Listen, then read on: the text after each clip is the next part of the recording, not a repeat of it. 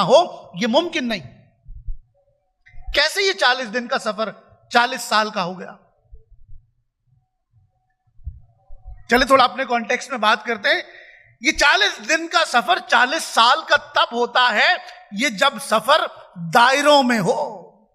ये दायरों का सफर, ये जड़े चक्कर सानू चढ़े होंगे ने ना, ये फिर खत्म नहीं होते। ये दायरों का सफर 40 दिन का 40 साल का बन जाता है। खुदा हमें गुलामी से निकालता है, लेकिन जब हमारे अंदर से गुलामी ना निकले, बकौले शायर, परिंदे को पिंजरे से निकाल लाया हूं, अब परिंदे के दिल से पिंजरा निकालना है।